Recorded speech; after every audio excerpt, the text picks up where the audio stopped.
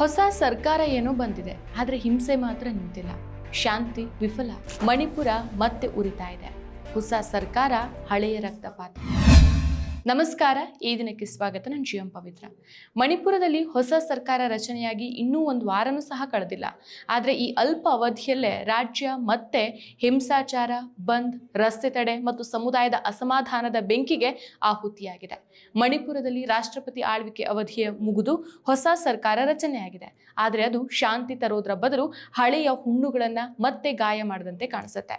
ಚುರಾಚಂದ್ಪುರದಲ್ಲಿ ಪ್ರತಿಭಟನೆಗಳು ಹಿಂಸಾತ್ಮಕ ರೂಪವನ್ನು ತಾಳಿದೆ. ಇಂಫಾಲ್ನಿಂದ ಮಿಜೋರಾಂನ ಐಜ್ವಾಲ್ಗೆ ಹೋಗುವಂತ ಮುಖ್ಯ ಹೆದ್ದಾರಿಯನ್ನ ತಡೆಯಲಾಗಿದೆ. ವಾಹನಗಳಿಗೆ ಹಾನಿ ಮಾಡಲಾಗಿದೆ. ಇದು ಹೊಸ ಸರ್ಕಾರದ ಮೊದಲ ಪರೀಕ್ಷೆಯೇ ಸರಿ. ಹೊಸ ಸರ್ಕಾರವು ವಿಫಲವಾಗಿದೆ ಅಂತಂದ್ರೆ ಅದು ಅತಿಶಯೋಕ್ತಿ ಅಲ್ಲ. ಹೊಸ ಸರ್ಕಾರಕ್ಕೆ 3 ಕುಕೀಜೋ ಶಾಸಕರು ಬೆಂಬಲ ನೀಡಿರೋದೇ ಈ ಗಲಾಟೆಯ ಕೇಂದ್ರ ಬಿಂದು. ಕಾರಣ ಸ್ಪಷ್ಟವಾಗಿದೆ. ಪ್ರತ್ಯೇಕ ಆಡಳಿತದ ಬೇಡಿಕೆ ಇನ್ನೂ ಪರಿಹಾರ ಕಂಡಿಲ್ಲ. ಆದರೆ ಅದನ್ನ ಬದಿಗಿಟ್ಟು ಹೊಸ ಸರ್ಕಾರಕ್ಕೆ ಬೆಂಬಲ ನೀಡಲಾಗಿದೆ ಅನ್ನೋ ಆರೋಪ. ಫೆಬ್ರವರಿ 4 ಮತ್ತು 5ಕ್ಕೆ ಯುಮ್ನಾಮ್ ಖೇಮ್ಚಂದ್ ಸಿಂಗ್ ಅಂದ್ರೆ ಮೈತೇಯಿ ಸಮುದಾಯದ ಮಾಜಿ ಸ್ಪೀಕರ್ ಮುಖ್ಯಮಂತ್ರಿಯಾಗಿ ಪ್ರಮಾಣ ವಚನವನ್ನ ಸ್ವೀಕರಿಸುತ್ತಾರೆ. ಕುಕೀಜೋ ಸಮುದಾಯದ ನೆಮ್ಚಾ ಕಿಪ್ಕೆನ್ ಮತ್ತು ನಾಗಾ ಸಮುದಾಯದ ಲೋಸಿ ಡಿಖೋ ಉಪಮುಖ್ಯಮಂತ್ರಿಗಳಾಗಿ ಹೊಸ ಸರ್ಕಾರಕ್ಕೆ ಬಹುಜನಾಂಗೀಯ ಸರ್ಕಾರವಾಗಿ ಸಾರ್ತಾರೆ. ಸೊ ಇದನ್ನ ಶಾಂತಿಯ ಕಡೆಗೆ ಒಂದು ಹೆಜ್ಜೆ ಅಂತ ಕೆಲವರು ನೋಡಿದ್ರು. ಆದ್ರೆ ಕುಕೀಜೋ ಸಮುದಾಯದಲ್ಲಿ ಇದು ವಿಶ್ವಾಸ ದ್ರೋಹ ಅಂತ ಭಾವಿಸಲಾಗಿದೆ. ಯಾಕಂದ್ರೆ ಕುಕೀಜೋ ಸಮುದಾಯದ 10 ಶಾಸಕರಲ್ಲಿ 7 ಬಿಜೆಪಿಯವರು. ಸರ್ಕಾರ ರಚನೆಗೆ ಕುಕಿ ಸಮುದಾಯ ತೀವ್ರ ವಿರೋಧವನ್ನು ವ್ಯಕ್ತಪಡಿಸಿದೆ. ತಮ್ಮ ಸಮುದಾಯದ ಶಾಸಕರು ಸರ್ಕಾರ ರಚನೆಯಲ್ಲಿ ಭಾಗಿಯಾಗಬಾರದು ಅಂತ ಆಗ್ರಹಿಸಿದ್ದಾರೆ. ಸೊ ಕುಕಿ ಸಮುದಾಯ ಮಣಿಪುರ ಸರ್ಕಾರದಿಂದ ಸಂಪೂರ್ಣವಾಗಿ ಬೇರ್ಪಟ್ಟು ತಮಗಾಗಿ ಪ್ರತ್ಯೇಕ ಕೇಂದ್ರಾಡಳಿತ ಪ್ರದೇಶ ಅಥವಾ ಪ್ರತ್ಯೇಕ ರಾಜ್ಯ ನೀಡಬೇಕು ಅಂತ ದಶಕಗಳಿಂದ ಒತ್ತಾಯಿಸ್ತಾ ಇದೆ. ಪ್ರಸ್ತುತ ಸರ್ಕಾರ ಈ ಬೇಡಿಕೆಯನ್ನು ಪರಿಗಣಿಸದೇ ಇರೋದು ಕುಕಿ ಸಮುದಾಯದ ಅಸಮಾಧಾನಕ್ಕೆ ಮುಖ್ಯ ಕಾರಣ.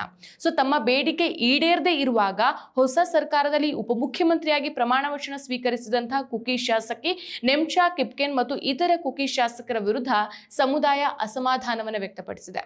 ಸೊ ಈ ಶಾಸಕರು ಸಮುದಾಯದ ಹೋರಾಟಕ್ಕೆ ದ್ರೋಹ ಬಗ್ದಿದ್ದಾರೆ ಅಂತ ಆರೋಪಿಸಿರುವಂತಹ ಕುಕೀಜೋ ಕೌನ್ಸಿಲ್ ಇವರ ವಿರುದ್ಧ ಸಾಮಾಜಿಕ ಬಹಿಷ್ಕಾರವನ್ನು ಘೋಷಿಸಿದೆ. ಈ ಮಧ್ಯೆ ಕುಕಿ ವಿದ್ಯಾರ್ಥಿಗಳ ಸಂಘಟನೆ ಕೆಎಸ್ಒ ಶುಕ್ರವಾರ ಚುರಾಚಂದ್ಪುರ್ ಜಿಲ್ಲೆಯಾದ್ಯಂತ 24 ಗಂಟೆಗಳ ಸಂಪೂರ್ಣ ಬಂದ್ಗೆ ಘೋಷಿಸಿದೆ. ಪ್ರತಿಭಟನಾಕಾರರು ಟೈರ್ಗಳನ್ನು ಸುಡುತ್ತಿದ್ದಾರೆ, ಕಲ್ಲನ್ನ ತೂರ್ತಿದ್ದಾರೆ, ಭದ್ರತಾ ಪಡೆಗಳ ಜೊತೆಗೆ ಘರ್ಷಣೆಯೂ ನಡೀತಾ ಇದೆ. ಸೊ ಚುರಾಚಂದ್ಪುರ್ ಮೂಲಕ ಸಾಗುವಂತ ಈ ರಸ್ತೆ ಕೇವಲ ಸಾರಿಗೆ ಮಾರ್ಗ ಅಲ್ಲ, ಅದು ರಾಜ್ಯಗಳ ನಡುವಿನ ಜೀವನಾಡಿ. ಆದರೆ ಅದನ್ನೇ ಬಂದ್ ಮಾಡಿ ವಾಹನಗಳಿಗೆ ಹಾನಿ ಮಾಡಲಾಗಿದ್ದು ಪ್ರತಿಭಟನೆ ಹಿಂಸಾತ್ಮಕ ಸ್ವರೂಪವನ್ನ ತಾಳಿದೆ. ಇದು ಕೇವಲ ಒಂದು ದಿನದ ಘಟನೆಯಲ್ಲ. ಮಣಿಪುರದ ಇಂದಿನ ಪರಿಸ್ಥಿತಿನ ಅರ್ಥ ಮಾಡ್ಕೊಳ್ಳೋಕೆ 2023ರ ಮೇ ತಿಂಗಳ ಹಿನ್ನೆಲೆಗೆ ನಾವು ಹೋಗಲೇಬೇಕು. 2023ರ ಮೇ ತಿಂಗಳಿಂದ ಮಣಿಪುರದಲ್ಲಿ ಜನಾಂಗೀಯ ಹಿಂಸೆ ನಡೀತಾ ಇದೆ. 100 ಮಂದಿ ಸತ್ತಿದ್ದಾರೆ, 60,000ಕ್ಕೂ ಹೆಚ್ಚು ಜನ ನಿರಾಶ್ರಿತರಾಗಿದ್ದಾರೆ. ಆ ಹಿಂಸೆ ಬಳಿಕನೇ ರಾಷ್ಟ್ರಪತಿ ಆಡಳಿತವನ್ನ ಹೇರಲಾಗಿತ್ತು. ಆಡಳಿತ ಬದಲಾದ್ರೂ ಸಹ ಜನರ ಬದುಕಿನ ಭಯ, ಅಸುರಕ್ಷತೆ ಮತ್ತು ಅಸಮಾಧಾನ ಬದಲಾಗಿಲ್ಲ. ಹೊಸ ಮುಖ್ಯಮಂತ್ರಿ ಖೇಮ್ಚಂದ್ ಸಿಂಗ್ ಈ ಹಿಂದೆ ಕುಕಿ ರಿಲೀಫ್ ಕ್ಯಾಂಪ್ಗಳಿಗೆ ಭೇಟಿ ನೀಡಿ ಸಂಭಾಷಣೆಗೆ ಮುಂದಾಗಿದ್ರು. ಆದ್ರೆ ಈಗ ಅವರ ಸರ್ಕಾರಕ್ಕೆ ಮೊದಲ ದಿನದಲ್ಲೇ ಆತಂಕ ಶುರುವಾಗಿದೆ. ಶಾಸಕರ ನಿವಾಸಗಳಿಗೆ ಬಿಗಿ ಭದ್ರತೆಯನ್ನು ನೀಡಲಾಗಿದೆ. ಇದು ಶಾಂತಿಯ ಸೂಚನೆ ಅಲ್ವೇ ಅಲ್ಲ. ಮಣಿಪುರದ ಸಮಸ್ಯೆಗೆ ರಾಜಕೀಯ ಪರಿಹಾರ ಮಾತ್ರ ಸಾಕಾಗೋದಿಲ್ಲ. ಕುಕಿ ಸಮುದಾಯದ ಪ್ರತ್ಯೇಕ ಆಡಳಿತದ ಬೇಡಿಕೆ, ಪುನರ್ವಸತಿ, ಹಿಂಸೆಗೆ ತುತ್ತಾದವರಿಗೆ ನ್ಯಾಯ, ಇವುಗಳನ್ನ ಮಾತುಕತೆ ಮೂಲಕ ಪರಿಹರಿಸದೇ ಇದ್ರೆ ಹೊಸ ಸರ್ಕಾರವು ಹಳೆ ಹಾದಿಯಲ್ಲೇ ಹೋಗುತ್ತೆ. ಸೊ ಇಂದು ಚುರಾಚಂದ್ಪುರದಲ್ಲಿ ಸುಡ್ತಾ ಇರುವಂತಹ ಟೈರ್ಗಳು ನಾಳೆ ಇನ್ನೂ ದೊಡ್ಡ ಹಿಂಸೆಗೆ ಕಾರಣ ಆಗಬಹುದು.